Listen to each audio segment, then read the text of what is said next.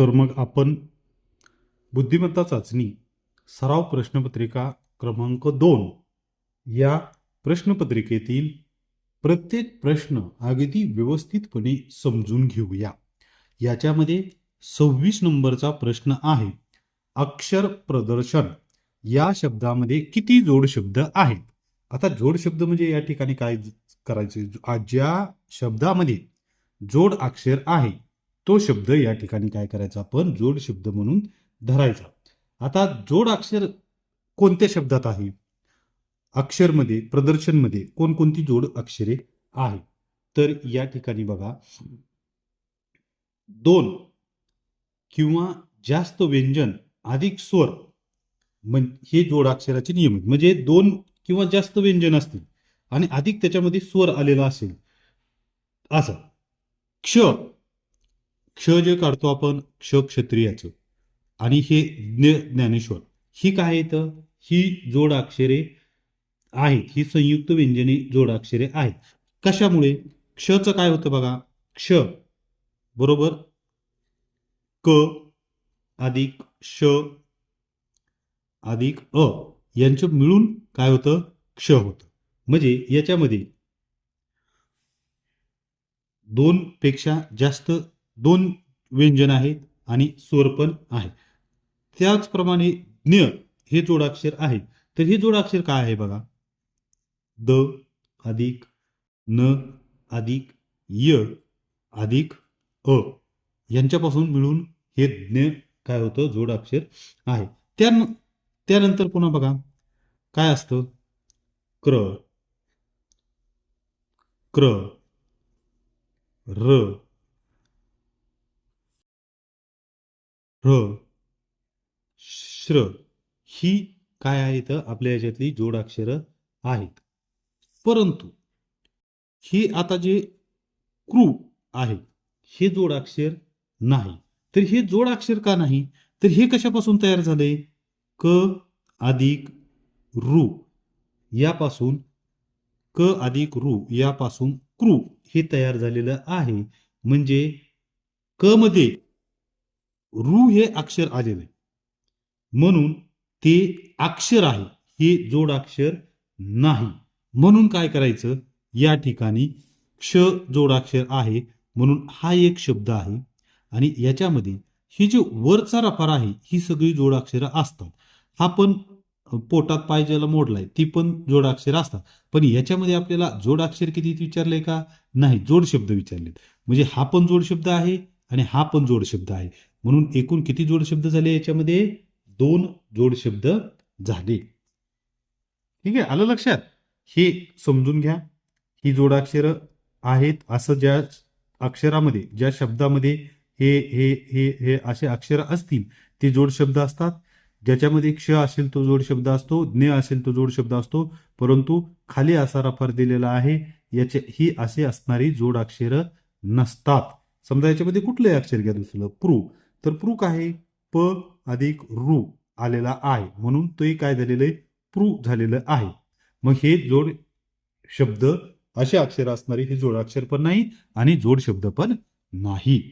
चला पुढे, प्रश्न क्रमांक 27, जसे गोदावरी काय आहे, नदी, तसं अरबी काय आहे, तर अरबी आहे समुद्र. अरबी समुद्र आहे, आपण वाचलेलं आहे, अरबी समुद्र आहे. आता समुद्र म्हणजे काय, तर खाऱ्या पाण्याचा विशाल साठा, ज्या ठिकाणी खारं पाणी आणि त्याचा भरपूर विशाल म्हणजे खूप. सरोवर म्हणजे काय, जमिनीने वेढलेल्या पाण्याचा मोठा साठा, जमिनीनं वेढले आणि त्या पाण्याचा मोठा साठा आहे. उदाहरणार्थ आपण लोणार सरोवर ऐकून आहे, हा समुद्र किंवा नदीपासून वेगळा असा काय असतो, सरोवर असतो. जहाज तुम्हाला माहिती, शीरचे वेगवेगळे अर्थ येतं. ठीक. त्यानंतर पुढचा प्रश्न आहे प्रश्न क्रमांक 28, प्रश्नचिन्हाच्या जागी कोणती आकृती येईल. तर हे बघा, ह्या चौकोन आहे, याच्यात त्रिकोण वर बाण करून आहे, हा पण चौकोन आहे, त्याच्यात त्रिकोण खाली झाला, त्याचा सहसंबंध. ह्याच्यात पंचकोन आहे, चौकोनात पंचकोन पण त्याच असं वर टोक. मग इथं काय झालं पाहिजे, चौकोनच आहे पण पंचकोन कसा पाहिजे, त्रिकोण जसा फिरला तसाच पंचकोन काय झाला पाहिजे, फिरला पाहिजे. म्हणजेच हा 2 नंबरचा पर्याय या ठिकाणी काय होईल, योग्य पद्धतीने तिथं फिरून बसतो. ठीक. यानंतर पाहूया आपण पुढचा प्रश्न. प्रश्न क्रमांक 29. 29 काय आहे बघा, सोपा प्रश्न आहे. खालील संख्या मालिकेत सलग 2 अंकांची बेरीज 16 येईल अशा किती जोड्या आहेत. इथंच काय करायचं, मोजायचे आपण. 2 अंकांची बेरीज किती पाहिजे आपल्याला, 16 सलग. मग 3 आणि 9 किती, 12 नाहीयेत. 9 आणि 4 13 नाहीयेत. 4 आणि 8 12 नाहीयेत. 8 आणि 8 16. मग इथं जोडी लिहून ठेवूया आपण. 8 8 एक वेळा झालं. 8 आणि 9 17. 9 आणि 0 9. 0 आणि 8 8. 8 आणि 5 13. 5 आणि 9 14. 9 आणि 7 बघा, 9 आणि 7 9 7 झाली की नाही 16 बेरीज. हां, परत पुन्हा 7 आणि 9 7 आणि 9 झाली की नाही 16. 9 आणि 3 12 ही नाही आहेत. 3 आणि 2 5. 2 आणि 7 9 नाही आहेत. त्यामुळे किती जोड्या आहेत, 1 2 3. 3 जोड्या आहेत. पर्याय क्रमांक 1. अशा पद्धतीने आपण पाहायचं, तिथं लिहायचं, लिहून घ्यायचं, म्हणजे मग काय होत नाही, विसरत नाही आणि ते अचूकपणे आपल्या लक्षात राहतं. पुढचा प्रश्न आहे 30 नंबर. काय प्रश्न आहे, 40 मुलांच्या रांगेत सुहासचा मागून 9वा क्रमांक असल्यास त्याचा पुढून कितवा क्रमांक येईल. बघा 30 नंबर काय येईल सांगा. काय करायचं, या उदाहरणामध्ये काय करायचं, 40 मुलांची रांग. आता लक्षात ठेवायचं, ही रांग 40 मुलांची आहे आणि इथे हा सुहास उभा आहे. काय आहे, सुहास. याचा मागून कितवा क्रमांक आहे, ही पाठीमागची बाजू 9वा क्रमांक. तर त्याचा पुढून कितवा क्रमांक, म्हणजे हा 9व्या क्रमांकाचा जो आहे हा सुहास आहे. तो इकडून पण मागून जरी 9व्या असला तरी इकडून त्याला पण धरायचा आहे, नाहीतर तो सोडायचा नाही. या उदाहरणामध्ये काय करायचं तुम्हाला सांगतो. 40 आहे, याच्यातून वजा फक्त 9 करायचं, राहिलं 31. आता 31 आणि त्याच्या पुढे किती मुलं आहेत, मग 31 मुलं आहेत. पण त्याचा क्रमांक सांगितलाय आपल्याला सुहासचा, म्हणजे 31 त्याच्यामध्ये काय करायचा, 1 मिळवायचा. काय उत्तर आलं, 32. तर हे 32 पर्याय या ठिकाणी काय होणार आहे, येणार आहे. लक्षात आलं का तुम्हाला मी काय केलं. सुहासचा मागून 9वा क्रमांक आहे, पुढून कितवा क्रमांक असेल, पुढून जो शेवटचा क्रमांक असणार आहे तो सुहासचा असणार आहे. मग याच्या पुढे किती मुलं आहेत, 40 मधून 9 वजा करायचे 31 झाले.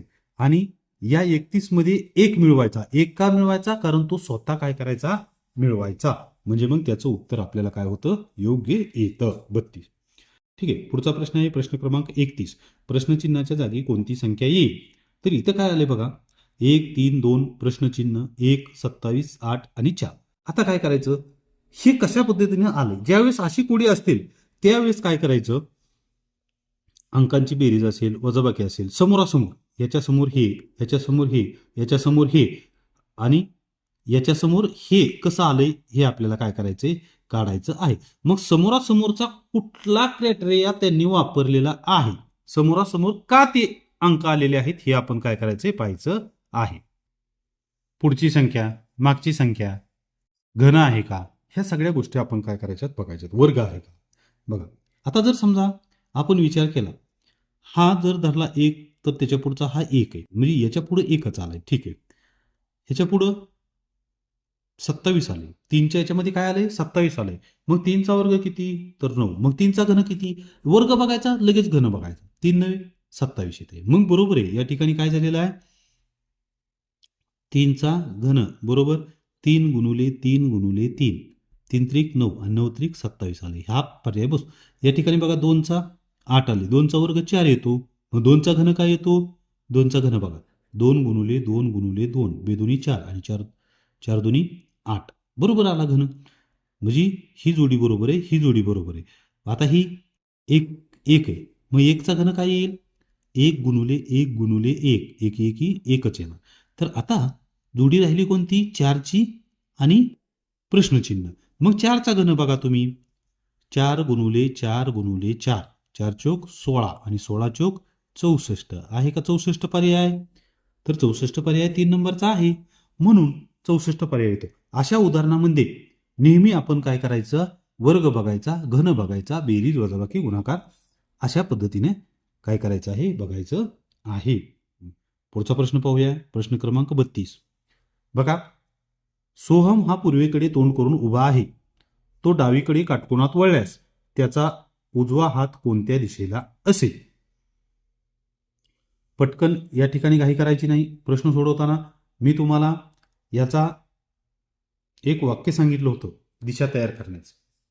दिशा तयार करण्याचं काय सांगितलं होतं तुम्हाला? वाक्य सांगितलं होतं. आणि ते वाक्य कोणतं आहे जरा मला सांगता का? या ठिकाणी आपण वाक्य लिहूया. कोणतं वाक्य आहे ते? दिशा लक्षात ठेवण्यासाठी मी तुम्हाला काय सांगितलं होतं बघा, मी लिहितो इथं. आदन पवा उई पो. आणि काय करायचं? आयताकृती आकार काढायचं म्हणून सांगितलं होतं मी तुम्हाला. आणि इथं लिहून टाकायची, इथून सुरुवात करायची. आ द न प वा उ ई आणि पू. एवढ्या सोप्या पद्धतीनं आपल्याला काय होतात, आपल्या दिशा लक्षात राहतात. आता याच्यामध्ये काय करायचंय? पूर्व. मग हे पू म्हणजे पूर्व, तुम्हाला माहिती. द म्हणजे दक्षिण, प म्हणजे पश्चिम आणि उ म्हणजे उत्तर. झालं. आता काय करायचंय आपल्याला? बघा, लिहून घेऊया. सोहम हा पूर्वेकडे तोंड करून उभा आहे. पूर्व कुठे? इथं. म्हणजे याचं तोंड हा कुठं? इथं आहे. इकडं तोंड करून उभा राहिला, बरोबर? हा. आता हा जर इकडं तोंड करत उभा असेल, इकडं तोंड करून उभा असेल, तर ह्याची ही बाजू येणार आहे उजवी आणि ही बाजू येणार आहे डावी, बरोबर? आता काय केलंय पुढं? तो डावीकडे काटकोनात वळला. डावीकडे काटकोनात म्हणजे कसा वळणार आहे तो? हे जर इथं असेल तर डावीकडे काटकोनात म्हणजे इकडे वळणार आहे, म्हणजे तो डावीकडे असा वळला, बरोबर? हा. असा आता डावीकडे काटकोनात वळल्यावर त्याचं तोंड इकडं झालं, बरोबर? उत्तरेला झालं. मग पुढं काय विचारलंय? त्याचा उजवा हात कोणत्या दिशेला असेल? तर आता याच्यामध्ये इकडं तोंड आहे म्हणल्यावर त्याची ही उजवी बाजू असणार आहे आणि ही डावी बाजू असणार आहे, बरोबर? मग आता उजवा हात कोणत्या दिशेला आहे? इकडं आहे. मग इकडे दिशा कोणती आहे? तर पूर्व आहे. कोणती आहे? पूर्व. म्हणून पर्याय क्रमांक 3 पूर्व हे उत्तर त्याचं येणार. हे वाक्य फक्त लक्षात ठेवा.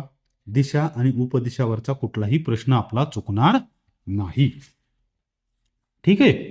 हा, पुढं प्रश्न क्रमांक 33. गटात न बसणारे पद पर्यायामधून निवडा. बघा काय दिले? श्रावण, ग्रीष्म, कार्तिक, माघ. काय वाटतं तुम्हाला?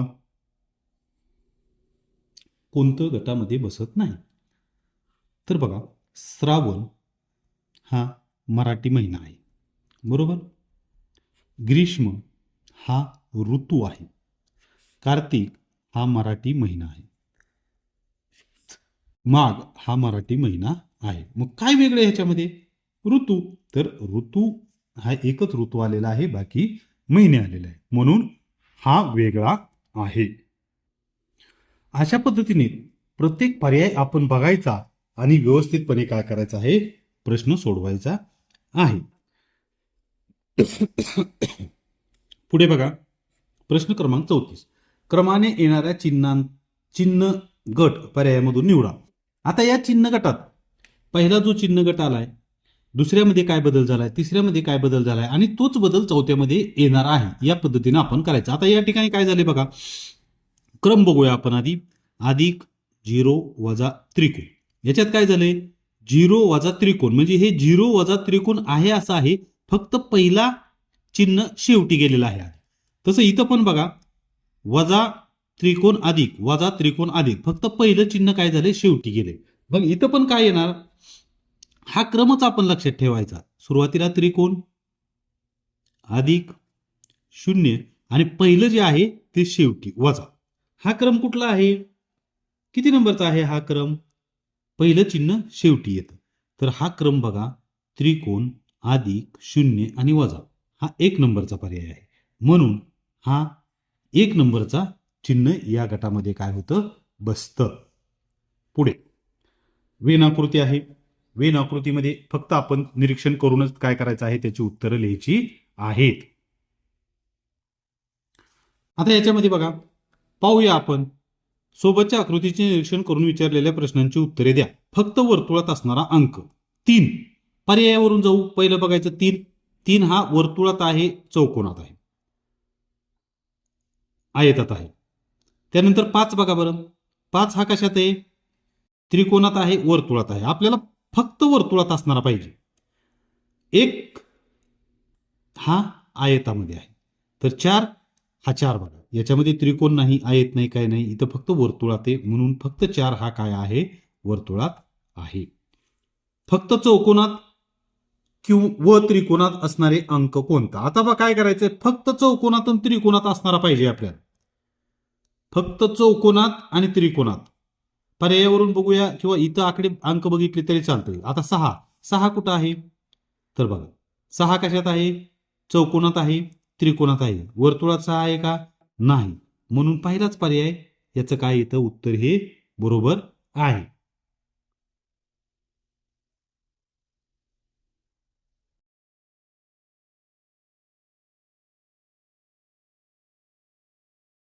सहा हे त्याचं अचूक उत्तर आहे. फक्त चौकोनात आणि त्रिकोणात असणारा अंक हे बघा 6 त्रिकोणात आहे, चौकोनात आहे. त्यानंतरचा प्रश्न आहे प्रश्न क्रमांक 37. वर्तुळ, चौकोन, त्रिकोण या तिन्ही आकृत्यामध्ये असणारा अंक कोणता? बघा इथं काय दिलंय, वर्तुळ, चौकोन आणि त्रिकोण तिन्हीमध्ये. आता 6 कशामध्ये, फक्त चौकोन आणि त्रिकोणात आहे. त्यानंतर 3 कशामध्ये, 3 बघूया, 3 बघा हे वर्तुळ आणि आयत ह्या त्रिकोणात तो नाही. त्यानंतर 5 बघा, हा 5 वर्तुळात आहे, त्रिकोणात आहे आणि चौकोनात पण आहे. मग आपल्याला काय पाहिजे, वर्तुळ, चौकोन, त्रिकोणात या तिन्ही आकृत्यामध्ये असणारा अंक कोणता आहे, तर तो 5 हा अंक आहे. बरोबर. पुढे प्रश्न क्रमांक 38. चैत्र महिन्याला वैशाख म्हटले, फाल्गुन महिन्याला चैत्र म्हटले, माघ महिन्याला ज्येष्ठ म्हटले, तर गुढीपाडवा हा कोणत्या महिन्यात येईल? तुम्हाला मी त्या दिवशी पण सांगितलं होतं की असे प्रश्न सोडवत असताना काय करायचं, प्रथम प्रश्नाचं खरं उत्तर शोधायचं. खरे उत्तर, खरे उत्तर कशामध्ये, आता खरे उत्तर कसं शोधायचं, काय विचारलंय आपल्याला, गुढीपाडवा हा सण कोणत्या महिन्यात येतो? कोणत्या महिन्यात येतो, हा चैत्र महिन्यात येतो. कोणत्या महिन्यात येतो, चैत्र. तर मग आता या ठिकाणी काय करायचं, चैत्राला काय म्हटलंय हे आपल्याला काय करायचंय, शोधायचं आहे. मग चैत्राला काय म्हटलेलं आहे, चैत्र महिन्याला वैशाख म्हटले, तर मग गुढीपाडवा हा सण कोणत्या याच्यामध्ये येणार आहे, वैशाख. या ठिकाणी पर्याय क्रमांक 2 हे उत्तर असणार आहे. चैत्र. मग खरं उत्तर शोधायचं आणि जे खरं उत्तर आहे त्याला याच्यामध्ये काय म्हटलंय हे काय करायचं, शोधायचं. आता आपण या महिन्यामध्ये, मराठी महिन्यामध्ये येणारे सण पाहू. हा चैत्र जर महिना घेतला तर चैत्रमध्ये बघा गुढीपाडवा येतो, रामनवमी येते, हनुमान जयंती येते. वैशाख महिना घेतला तर वैशाख महिन्यामध्ये अक्षय तृतीया, बुद्ध पौर्णिमा, तिला वैशाख पौर्णिमा म्हटलं जातं, परशुराम जयंती, गंगा सप्तमी, नृसिंह जयंती ही वैशाख महिन्यामध्ये येतात. फाल्गुन महिन्यामध्ये कोणते सण येतात, होळी, हुताशनी पौर्णिमा म्हटलं जातं, धुलिवंदन, तुकाराम बीज, रामकृष्ण परमहंस जयंती ही फाल्गुन महिन्यात येते. आणि ज्येष्ठ महिन्यामध्ये वटपौर्णिमा, मंगळागौरी हे सण येतात. जरी आपल्याला इथं हे विचारलं असतं चैत्र महिन्यातले सण, पण इतर महिन्यातले सण पण विचारले जातात, ते पण प्रश्न काय केले जातात, विचारले जातात. त्यामुळं आपल्याला माहीत असावं म्हणून मी तुम्हाला काय केलं, हे सांगितलेलं आहे. पुढचा प्रश्न आहे प्रश्न क्रमांक 39. जसे हिम बर्फ तसं हेम. आता हिम बर्फ हा संबंध आलेला आहे, तसं हेम आणि पर्यायातला कोणता संबंध येईल हे विचारलेलं आहे आपल्याला. मग आपण काय करायचंय, हिम आणि बर्फ हा कशा पद्धतीने संबंध आले, सहसंबंध आलेला आहे, तर हिमचा समानार्थी शब्द त्या ठिकाणी काय झालेला आहे, आलेला आहे. तर हिमचा समानार्थी शब्द काय आहे,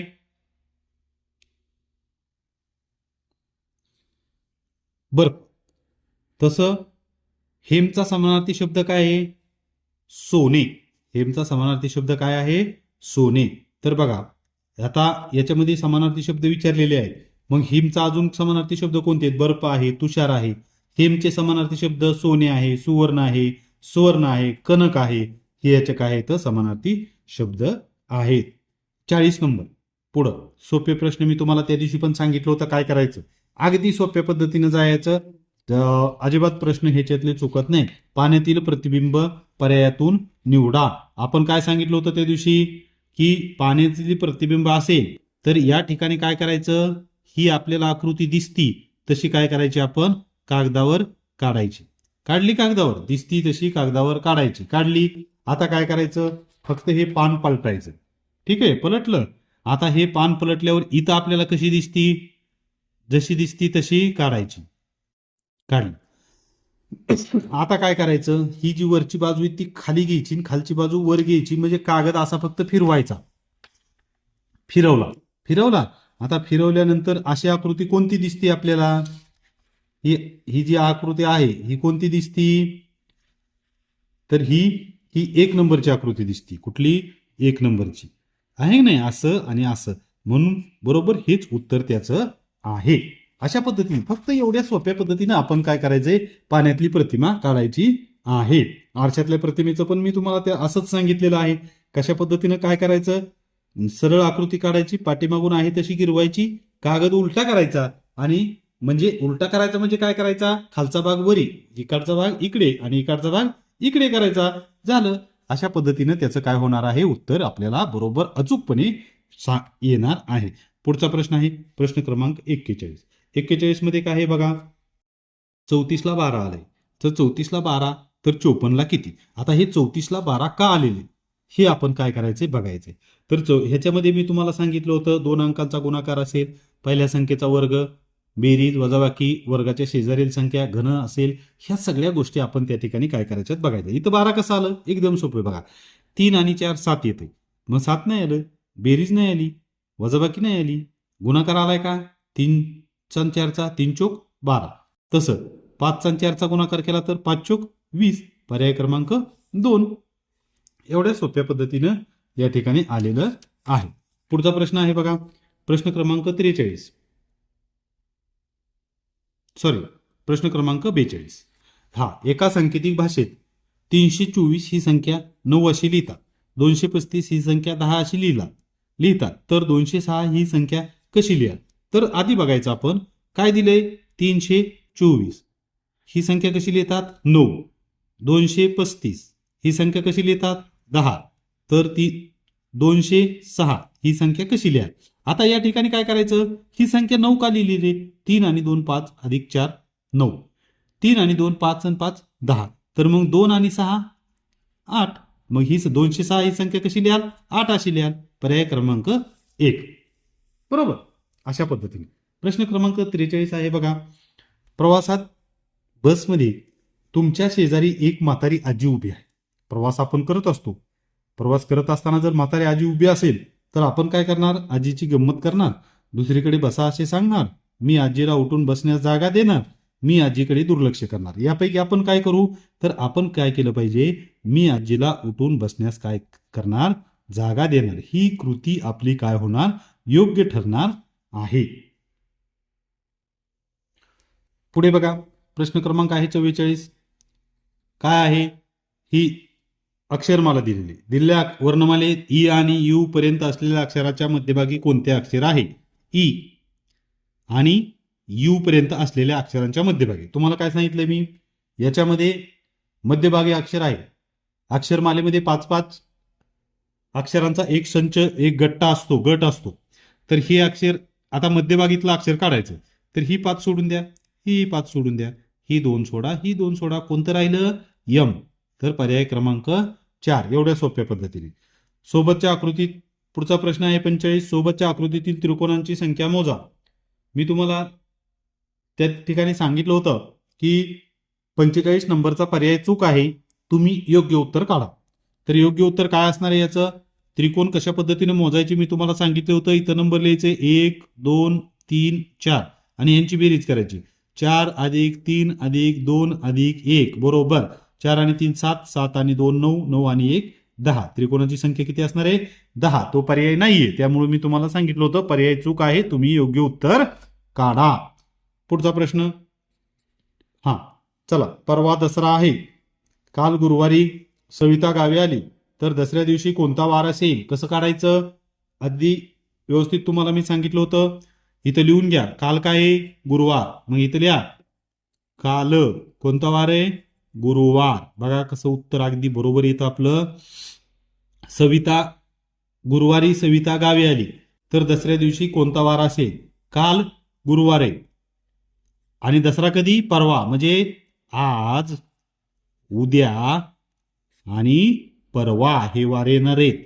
तर मग आज कोणता वार असणार? शुक्रवार. उद्या कोणता वार असणार? शनिवार. आणि परवा कोणता वार असणार? रविवार. मग दसऱ्या दिवशी कोणता वार येणार आहे? रविवार. पर्याय क्रमांक 1 रविवार येणार आहे. आलं का लक्षात? कसं काढलं मी? इथं लिहून घ्यायचं. काल, आज, उद्या, परवा ज्या पद्धतीने प्रश्न विचारलाय त्या पद्धतीनं आपण काय करायचं? लिहून घ्यायचं. पुढं प्रश्न क्रमांक 47. सूर्य, रवी, चंद्र. तर आता सहसंबंध आलेला. सूर्याचा रवीशी कसा काय सहसंबंध आला हे आपल्याला काय केलं पाहिजे? आधी आपण समजून घेतलं पाहिजे. तर सूर्य, रवी म्हणजे काय होते? सूर्य, चंद्र नाही, तारे नाही, काय नाही, काय. मग सूर्य, रवी म्हणजे सूर्याचा समानार्थी शब्द रवी. तसंच चंद्राचा समानार्थी शब्द याच्यातला काय आहे? अवनी, हिमांशू, भास्कर, शीतल. तर हिमांशू समानार्थी शब्द काय आहे चंद्राचा? हिमांशू हा समानार्थी शब्द आहे. भास्कर हा सूर्याचाच समानार्थी शब्द आहे. तर इथं लक्षात घ्या, समानार्थी शब्द बघा, सूर्याचे रवी, भानू, आदित्य, मित्र, दिवाकर, अर्क, भास्कर, विवस्वान, पिंगळ, मार्तंड, पूषा, पुष्प हे सगळे सूर्याचे समानार्थी शब्द आहेत. त्याचप्रमाणे चंद्राचे समानार्थी शब्द काय आहेत? सोम, इंदू, शशी, सुधाकर, हिमांशू, रजनीनाथ, निशाकर, वधू, शशांक हे सगळे चंद्राचे समानार्थी शब्द आहेत. म्हणून हा समानार्थी शब्दाचा गट हिमांशू त्या ठिकाणी येतो. पुढचा प्रश्न बघा, प्रश्न क्रमांक 48 आहे. तुम्ही सोडवला असेलच. तर तुम्ही सोडवला एकदम सोपा बघा. 6/24, 13/52, 22/88. तर पुढं पर्याय काय असेल? आता याचा काय आलेलं आहे? इथं काय हे अपूर्णांक दिले, परंतु ते अपूर्णांकाच्या उद्देशाने न देता 6/24, 13/52, 22/88. तर मग कुठला पर्याय असा 4चा बसतो? 9/36 नाही, 11/44 नाही, 10/40. म्हणजे 10/40 हा पर्याय त्या ठिकाणी काय होईल? योग्य त्या ठिकाणी बसणार आहे. पुढे प्रश्न आहे प्रश्न क्रमांक 49. दिलेल्या प्रश्नाकृतीची आरशातील प्रतिमा. तुम्हाला पाण्यातील प्रतिमा मी मगाशी सांगितली होती, वर काढायची, पाठीमाग काढायची, दिसेल तसं गिरवायचं आणि उलट काढायचं. आरशातील प्रतिमेला काय करायचं? त्याला पण सोपं आहे, सांगतो. हे आहे असं अगोदर काय करायचं? काढून घ्यायचं.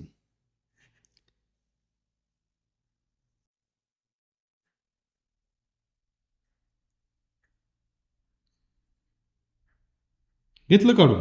हे पान पलटायचं. पलटून इथं जिथं जसं दिसतंय त्या पद्धतीनं काय करायचंय? आपण काढून घ्यायचंय. पलटल्यावर आपल्याला जसं दिसतंय त्या पद्धतीनंच काय करायचंय?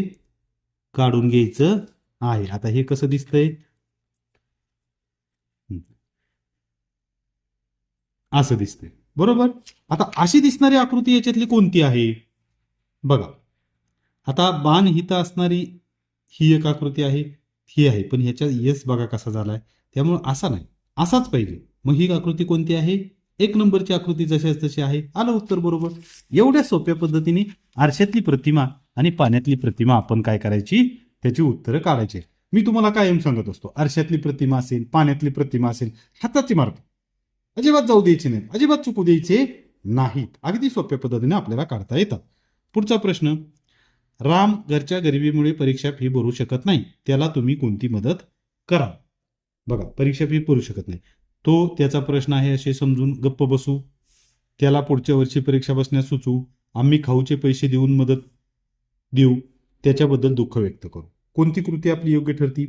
तर या ठिकाणी आम्ही खाऊचे पैसे मदत म्हणून त्याला काय करू? देऊ, त्याला फीस भरण्यास काय करू? आपण मदत करू. ही आपली कृती या ठिकाणी काय होते? योग्य ठरते. पुढचा प्रश्न आहे प्रश्न क्रमांक 51. शाळा सकाळी 10:30 भरते व 4:30 सुटते, तर शाळा किती वेळ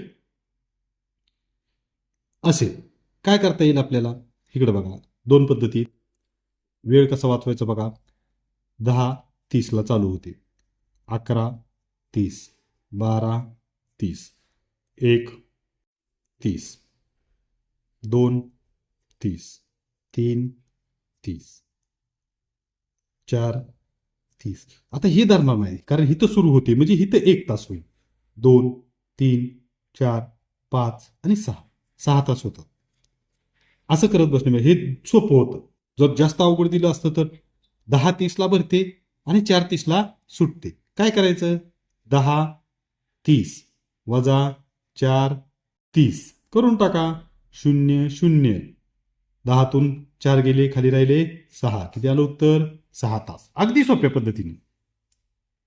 बरोबर. चला पुढचा प्रश्न आहे. प्रश्नचिन्हाच्या जागी कोणती संख्या येईल? इथं गट दिलेला आहे एका संख्येचा. तो गट कसा आहे ते काय करायचं आपण बघायचं आणि त्याप्रमाणेच इथं कोणता गट बसेल. मग तो संख्येतील फरक असेल, संख्यांची बेरीज असेल, वजाबाकी असेल, गुणाकार असेल, वर्गसंख्या असतील, घनसंख्या असतील, हे सगळं बघायचं. आता इथं 100 दिलंय. सर्वप्रथम घन वर्ग 100 कशाचा वर्ग असतो? 10चा वर्ग. त्यानंतर 64 दिले. पहिला आहे 10चा वर्ग 100 बरोबर. दुसरा आहे 8चा वर्ग 64. तिसरा आहे 7 अंक ड्रॉप केलाय 6चा वर्ग. चौथा आहे 5 अंक ड्रॉप केलाय 4चा वर्ग. आहे की नाही? सोडा. पुढं काय येईल? 3 ड्रॉप करायचं आणि 2चा वर्ग बरोबर 4. पर्याय क्रमांक 3. याच्यामध्ये गटातील वेगळा शब्द काढायचा आहे. गटात कोणती संख्या येणार, प्रश्नचिन्हाच्या जागी कोणती संख्या येणार, अशा वेळेस तुम्हाला मी जे सांगितलेले ती कृती फक्त काय करायची आपण लक्षात ठेवायची. 2 अंकांची बेरीज असेल, वजाबाकी असेल, गुणाकार असेल, भागाकार असेल, वर्गसंख्या असतील, घनसंख्या असतील, वर्गसंख्या अधिक 1, घनसंख्या अधिक 1, वजा 1, ह्या सगळ्या क्रिया आपण काय करायच्या करून बघायच्या. दी क्रिया योग्य ठरेल ती ठिकाणी काय करायची क्रिया आपल्याला घ्यायची आहे. पुढचा प्रश्न. हे प्रश्न कसे सोडवायचे बघा. नेपाळपेक्षा भारत आकाराने मोठा आहे. म्हणजे इथं आपण काढू. हा काय आहे? नेपाळ. याच्यापेक्षा भारत कसा आहे? मोठा आहे. लिहायचं भारत. काढलं की नाही? हे नेपाळ आहे, हे भारत आहे, याच्यापेक्षा मोठा आहे. पण त्याचा आकार चीन एवढा नाही. म्हणजे नेपाळपेक्षा भारत मोठा आहे पण चीन एवढा नाही. म्हणजे चीन अजून मोठा झाला. लिहा तिथं चीन. असं लिहून घेतल्यावर व्यवस्थितपणे आपल्या लक्षात येतं. तर विचारलंय काय? तर आकाराने मोठा देश कोणता? हा मोठा, हा मोठा का हा मोठा? तर हा काय होणार आहे? मोठा येणार आहे. मग हा देश कोणता आहे? चीन. लिहून टाका पर्याय तिथं चीन. अगदी कमी वेळेत ट्रिक नुसार आपल्याला काय करायचे आहेत? उत्तरं लिहायची आहे. पुढचा प्रश्न बघा. 54. खालीलपैकी कोणत्या आकृतीने महाराष्ट्र राज्य व त्यातील सांगली व पुणे जिल्हा दाखवण्यासाठी योग्य ठरेल? आता सर्वप्रथम या आकृत्यांचे अर्थ समजून घेऊया. हे जे 3 घटक दिलेले ठोकळे हे अगदी स्वतंत्र आहेत. याचा एकमेकाशी काही देणं घेणं नाही. प्रत्येक स्वतंत्र आहे. म्हणजे गाव असेल, देश असेल, जिल्हा असेल, राज्य असेल, ते कसे येतं? स्वतंत्र. म्हणजे ती तेवढं म्हणजे ह्याचा जेवढा भाग आहे तोच हे आहे, तोच हे आहे. त्यामुळं हे स्वतंत्र. मग आपलं काय चांगलंय? महाराष्ट्र राज्य व त्यातील सांगली व पुणे जिल्हा दाखवायचा आपल्याला. तर मग हे सगळं स्वतंत्र आहे. त्याच्यामुळे ते दाखवता येईल का? नाही. सारखं. इथं काय आहे? इथं कुठला दाखवता येईल? देश, राज्य आणि जिल्हा. म्हणजे या देशातील हे राज्य आहे आणि ह्या राज्यातील हा जिल्हा आहे असं दाखवायचं. पण आपल्याला काय करायचंय? सांगली आणि पुणे दाखवायचं. मग इथं काय येईल? एकत्रितपणे 3 आहेत पण ते काय आहेत? एकत्रितपणे. इथं काय करता येईल? 1 आहे पूर्ण आणि त्याच्यामध्ये 2 आहेत. म्हणजे हे जे मोठं आहे ते आहे महाराष्ट्र आणि खाली जिल्हे आहेत हे सारखेच आहेत.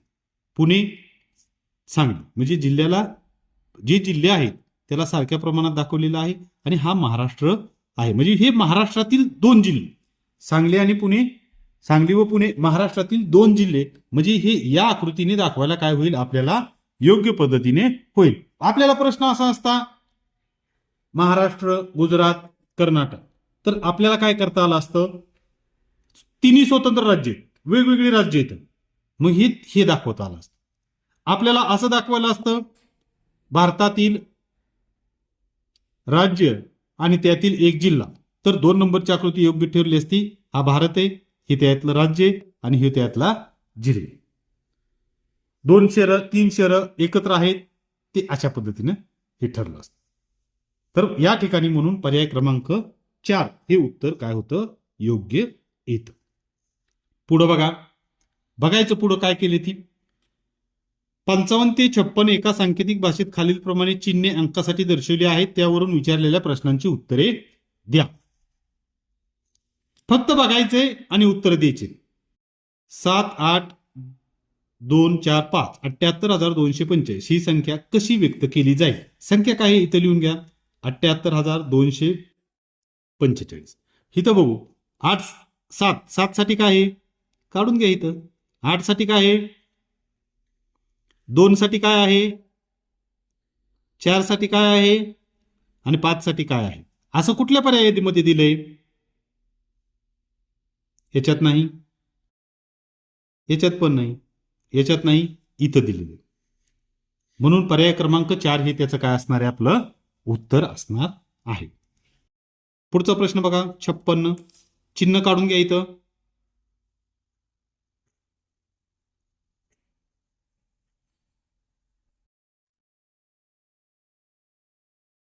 असं दिलं. या चिन्हांनी व्यक्त होणारी संख्या कोणती.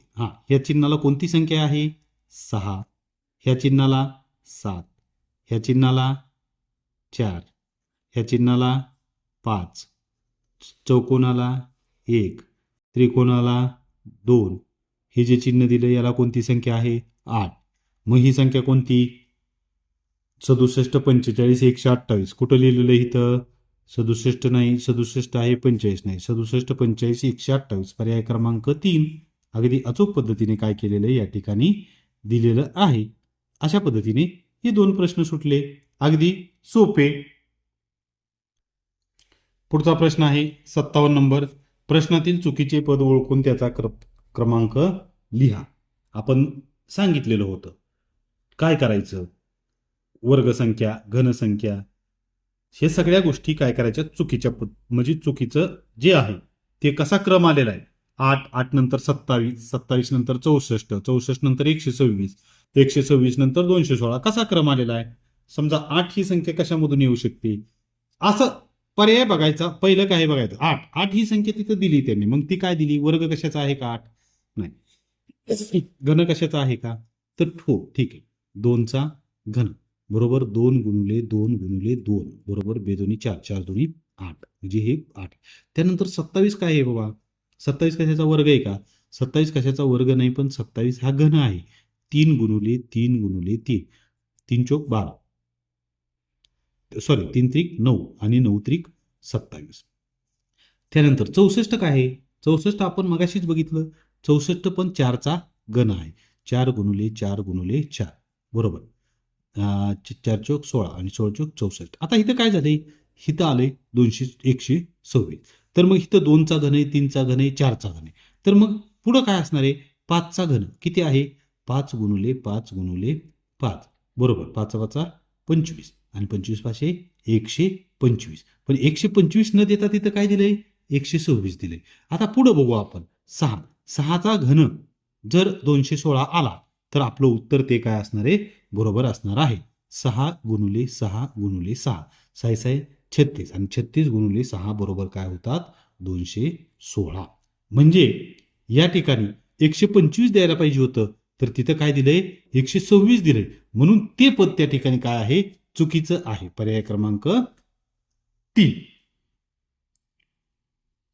पुढे पाहूया प्रश्न क्रमांक 58. दूध, दही, ताक, चीज, तूप. बघा हा प्रश्न दिलाय. सगळे प्रश्न दुधापासूनच तयार केले जातात. वेगळे पण आपल्याला काय करायचे शोधायचं आहे. वेगळे पण शोधत असताना दही, चीज, तूप आणि ताक. तर याच्यामध्ये बघा चीज हा शब्द असा आहे की दूध, दही, ताक आणि तूप हे थेट दुधापासूनच बनवले जातात. हा पण चीज दुधापासूनच बनतो, परंतु हे पदार्थ दूध, दही, ताक आणि तूप थेट दुधापासून तयार होतात आणि भारतीय पारंपरिक पदार्थामध्ये येतात.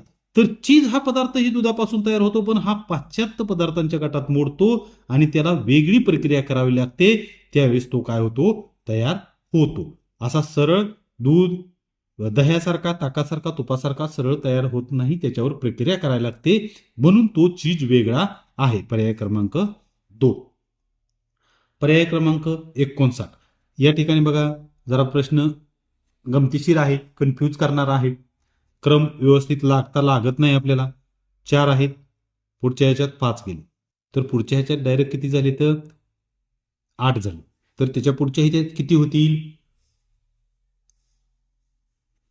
9 होतील. मग 9 याच्यामध्ये कुठंच नाही ती, त्याच्यामुळे शक्यतो पर्याय 3 मध्ये एखादा प्रिंटिंग मिस्टेक म्हणून राहिलेला असू शकतो. फक्त तो उभे आहे ती आडवे होतील. इथं पण उभे ते ह्याचा उभे जरी इथं धरता येतं आडवेही धरता येतं. पण याचा क्रम कसा लागतो 4 4 अधिक 1 चा क्रम लागतो, इथं अधिक 3 चा क्रम लागतो. मग ह्या क्रमानं अधिक 1 अधिक 3 परत अधिक 1 परत अधिक 3 असा याचा काय होतो क्रम लागतो. ठीक आहे, पुढचा प्रश्न बघूया. 7 नंबर प्रश्नचिन्हाच्या जागी काय येईल. तर बघा काय आले, इथं कसं आलंय ते बघायचं प्रश्नचिन्हाच्या जागी. आता इथं काय बघायचंय एकदम सोपे. प्रश्नचिन्हाच्या जागी इथं काय राहिलंय, हे दिलेलं आहे, हे दिलेलं आहे, हा यस राहिलेला आहे. म्हणून पहिला काय येणार आहे इथं यस येणार आहे, बरोबर. दुसऱ्या इथं प्रश्नचिन्ह आहे. याच्यामध्ये पण काय करायचं, काही बघत बसू नका. अशी ज्यावेळेस आले तर क्रम वगैरे काय बघायचं नाही. हे दिलेलं आहे, हे दिलेलं आहे, कोणतं राहिलं याच्यातलं, हे राहिले, लिहून काढा तिथं. पुढच्या ह्याच्यात काय झालंय प्रश्नचिन्ह दिलंय, हे चिन्ह दिलंय, हे चिन्ह दिलंय, राहिलंय कोणतं, हे चिन्ह राहिले, लिहून काढा. हा हा कुठला क्रम आहे 4 नंबर, बरोबर उत्तर आहे 4 नंबर. एवढ्या सोप्या पद्धतीने. पुढे प्रश्न क्रमांक 61. सोबतच्या आकृतीत चौकोनांची एकूण संख्या किती, सांगा कमेंटमध्ये, सांगा तुम्ही कमेंटमध्ये बघत बघत. तर मी सांगतो तुम्हाला काय करायचं.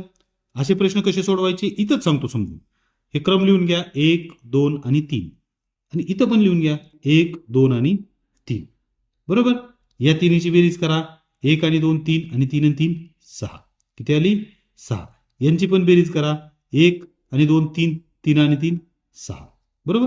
ह्याची उभी बेरीज 6, आडवी बेरीज 6, आणि ह्या 6चा आणि ह्या 6चा करायचा गुणाकार, आणि 6 6 36, म्हणजे चौकोनाची एकूण संख्या किती आली पर्याय क्रमांक 4 36. अशा पद्धतीने सोप्या पद्धतीने आपण चौकोन काय करायचे आहेत मोजायचे आहे. आलं लक्षात.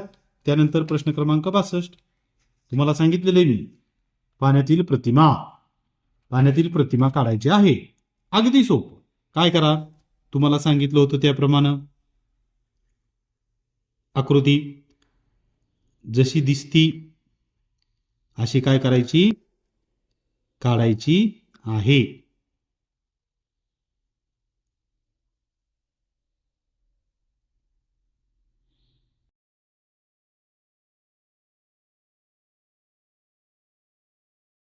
ठीक आहे, ते पान उलट करा. कशी दिसते आकृती आपल्याला,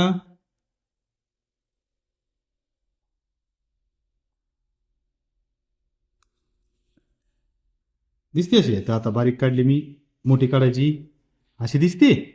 हा, ही मागून अशी दिसली. आता काय करायचं, फक्त हे पान असं पळपायचं. असं असं केल्यावर कुठली आकृती दिसते आता आपल्याला अशी, किती नंबरची आकृती दिसते,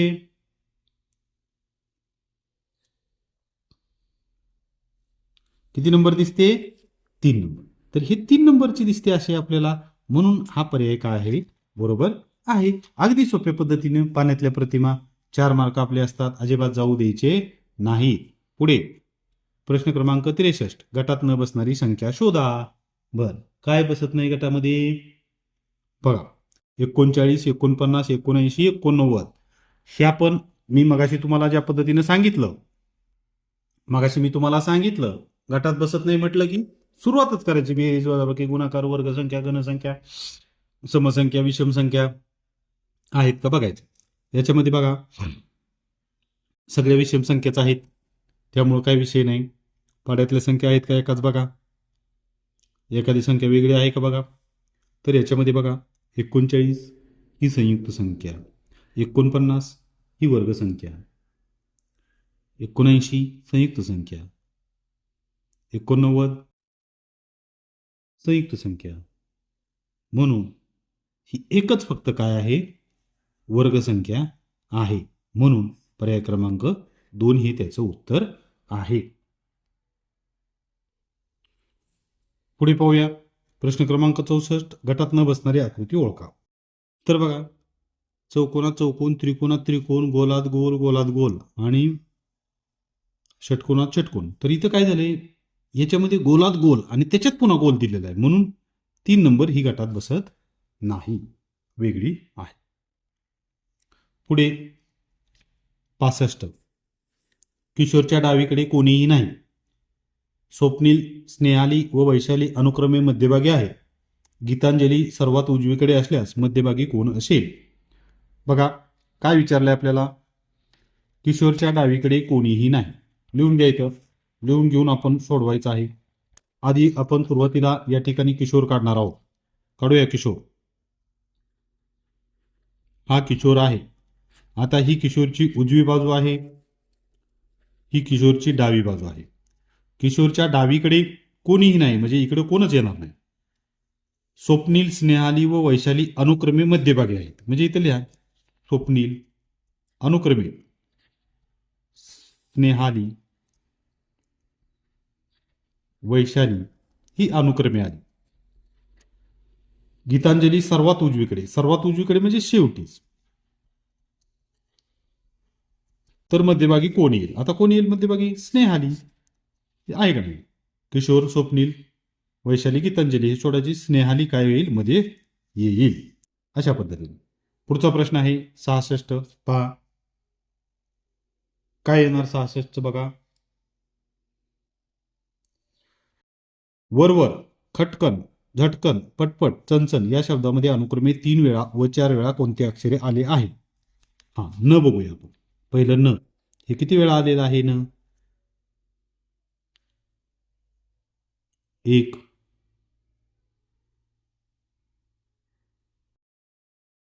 2 आणि 3, 3 वेळा आले. ट किती वेळा आले? 1, 2, 3 आणि 4, 3 आणि 4 बरोबर आहे. न आणि ट 3 वेळा व 4 वेळा आलेले आहेत, म्हणून पर्याय क्रमांक 1 हे त्याचं उत्तर आहे. आता ख बघू, ख किती वेळा आले? 1, एकच वेळा. प 2 वेळा आले. प 2 वेळा. च किती वेळा आले? 2 वेळा आले. च 2 वेळा, प 2. त्यामुळे न आणि ट हा पर्याय तिथं योग्य ठिकाणी काय होतो? बसतो. प्रश्न क्रमांक 67, खालील अंकमालेत विषम अंक किती वेळा आले? काय फक्त विषम अंक किती वेळा आलाय तो बघायचा. 1, 2, 3, 4, 5, 6, 7, 8, 9, 10, 11. किती वेळा आलेला आहे? 11 वेळा आलेला. एवढंच बघायचं होतं. पुढे काय दिलंय? माझी आई तुझ्या वडिलांची बहीण लागते. माझी आई तुझ्या वडिलांची बहीण लागते, तर तुझी आई माझी कोण? बघा, उदाहरणार्थ घेऊ, अजय आणि विजय.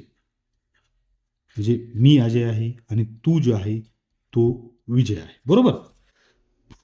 माझी आई म्हणजे अजयची आई, असं केल्यावर आपल्याला पटकन समजतं. अजयची आई. तुझ्या म्हणजे कोण आहे? विजय. विजयच्या वडिलांची बहीण लागते, तर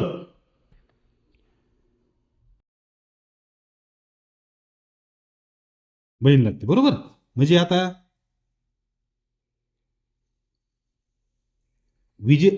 विजयची आई अजयची कोण झाली हे विचारले. तुझी आई म्हणजे विजयची आई अजयची कोण झाली? मग विजयचे वडील कोण झाले? अजयचे मामा झाले. तर मग मामा म्हणल्यावर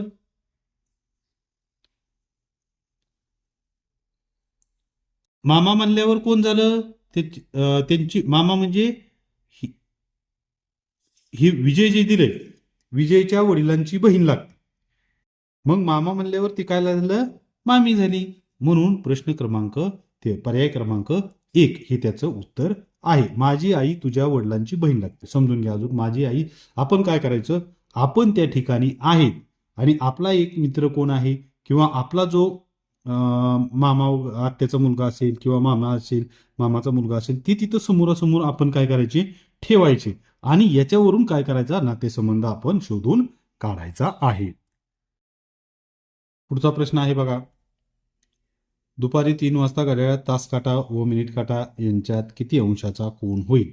बघा, हे 12, 1, 2, 3, 4, 5, 6, 7, 8, 9, 10, 11, 12. घड्याळ काढलं. दुपार असा झाला, कोन असा झाला, तर हा कोन कोणता असतो? काटकोन असतो. कोणता कोन? काटकोन. आणि काटकोन किती अंशाचा असतो? 90 अंशाचा असतो. किती अंशाचा असतो? हा, 90 पेक्षा मोठा 95 हा विशाल कोन झाला, 60 हा लघु कोन झाला, 120 हा विशाल कोन झाला. आलं का लक्षामध्ये? अशा पद्धतीने. पुढचा प्रश्न 70. अगदी सोप्या पद्धतीने 70 प्रश्न सोडवायचा कसा ते सांगतो. काय येतं? खालील आकृतीत किती रेषाखंड आहेत? सर्वप्रथम रेषाखंड म्हणजे काय हे समजून घेऊया. दोन बिंदूंना जोडलेली रेषा, ह्या बिंदूला आणि ह्या बिंदूला जोडलेली रेषा, ह्या बिंदूला ह्या बिंदूला, ह्या बिंदूला ह्या बिंदूला, ह्या बिंदूला ह्या बिंदूला जोडलेली रेषा म्हणजे रेषाखंड. हिथं आता मग किती आहेत मोजायचे. इथून इथपर्यंत 1, 2, 3, 4, 5, 6, 7, 8, 9 आणि मोठा 10 असं इथं मोजू शकतो छोटे म्हणून. पण हे खूप मोठं असेल तर आपले मोजत्यात गडबड होऊ शकते, मोजता नीट येऊ शकत नाही. म्हणून याची एक ट्रिक वापरायची. जेवढे काही भाग आहेत तेवढ्या भागाला काय करायचा, नंबर द्यायचा क्रमाने 1, 2, 3, 4. काय आलं, यांची करायची बेरीज. 1 अधिक 2 अधिक 3 अधिक 4 बरोबर 1 2 3 3 3 6 6 4 10. 10 काय आहे त्याच्यामध्ये रेषाखंड आहेत. अशा पद्धतीने क्रम द्यायचा आणि त्या पद्धतीने लिहून घ्यायचे. पुढं समसंबंध. काय आलाय समसंबंध ओळखा. 36चा 18 आणि 24चा किती असेल? काय करायचं, दोन संख्यांचा गुणाकार बेरीज वजाबाकी हे मी बरं समसंबंध असेल.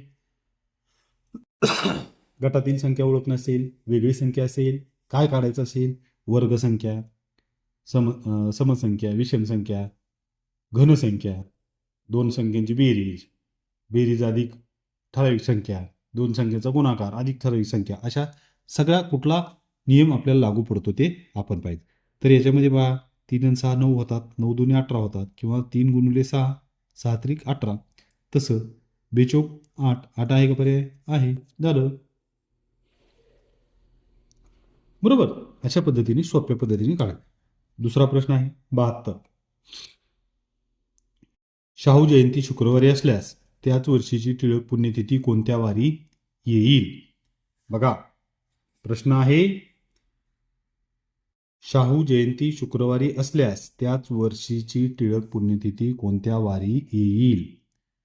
आहे नाही, मी तुम्हाला काय सांगितलं होतं त्या दिवशी, जे प्रश्न याच्यावरचे आहेत त्याच्यावरचे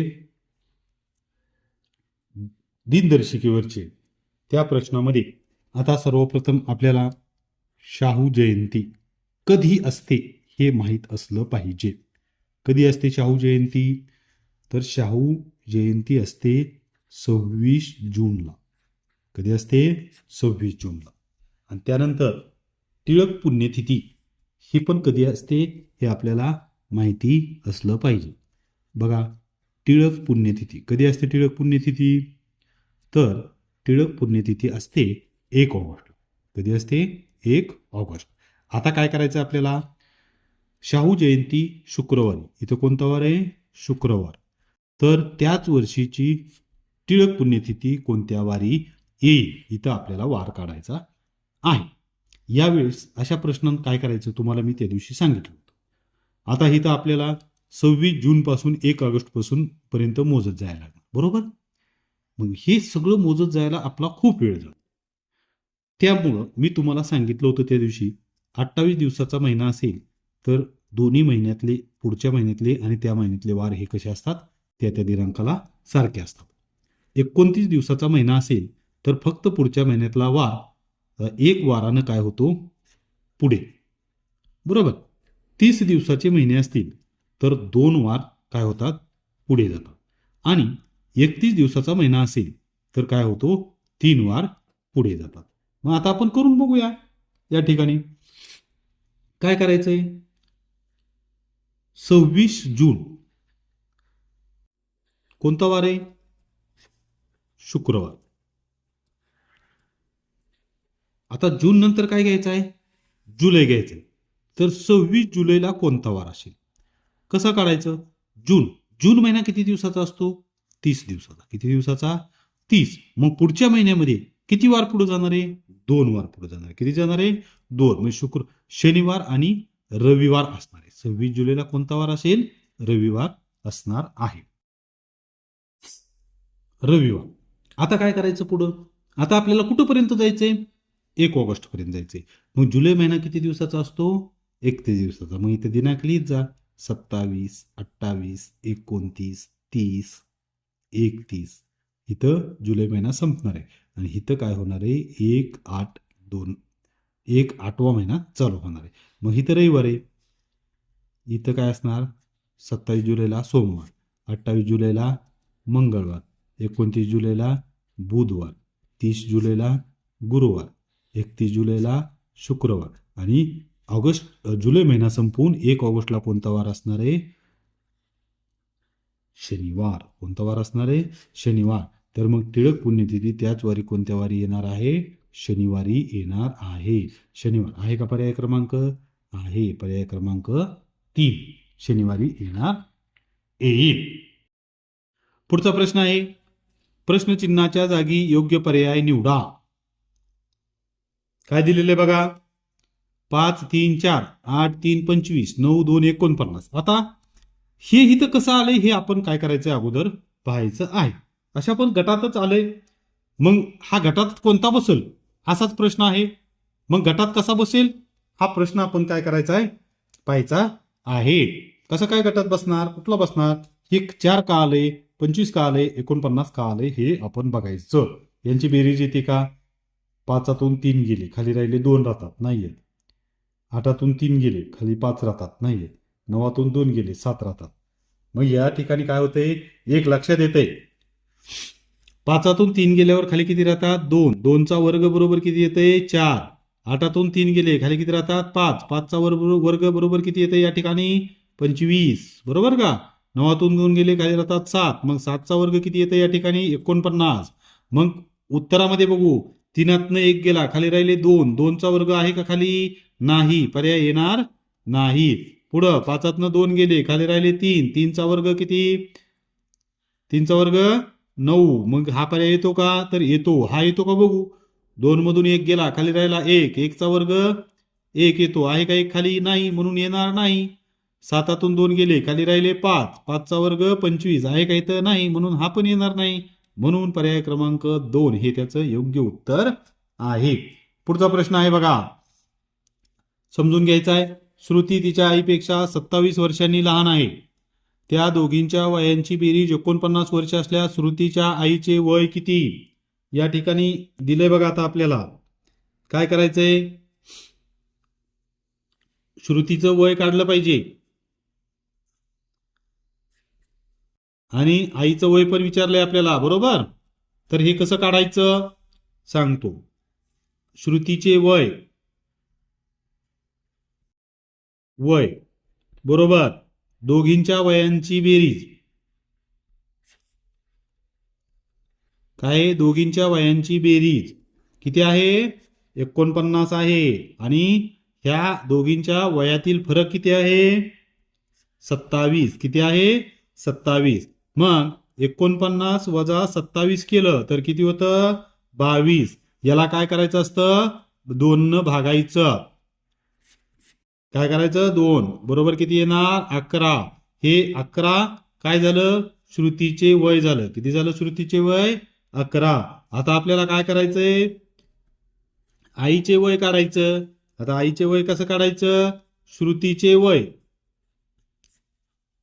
अधिक आणि वयामधील, त्या दोघींच्या वयामधील काय करायचं आपल्याला, फरक काढायचा. मग काय येणार, श्रुतीचे वय किती आलं, 11 अधिक वयातील फरक किती आला, 27 बरोबर 38 वर्ष. तर मग आईचं वय काय आहे, 38 वर्ष वय आहे. तर वेगवेगळ्या पद्धतीनं आपल्याला काय करता येतं, काढता येते. प्रश्न क्रमांक 75, सार्वजनिक ठिकाणी नळ चालू आहे, पाणी सतत वाया जात आहे, या ठिकाणी आपली कोणती कृती योग्य ठरेल? स्वतः बंद करेल, पाण्यात रोज खेळत बसेल, कोणाचा तरी बंद करायला सांगेल, नळ केव्हा बंद होतो याची वाट पाहिल. तर स्वतः बंद करणे ही कृती आपली काय होईल त्या ठिकाणी योग्य ठरेल. तर विद्यार्थ्यांनो, हा होता आजचा पेपर, बुद्धिमत्ता चाचणी सराव प्रश्नपत्रिका क्रमांक 2. हा व्हिडिओ पूर्ण पहा, समजून घ्या आणि आपल्याला जे काही आपले प्रश्न चुकलेले आहेत ते प्रश्न अचूकपणे कशा पद्धतीने सोडवता येतील यासाठी वेगवेगळ्या ट्रिकचा आपण व्हिडिओमध्ये सांगितले आहे. त्या ट्रिकचा काय करा, वापर करा. ठीक, धन्यवाद.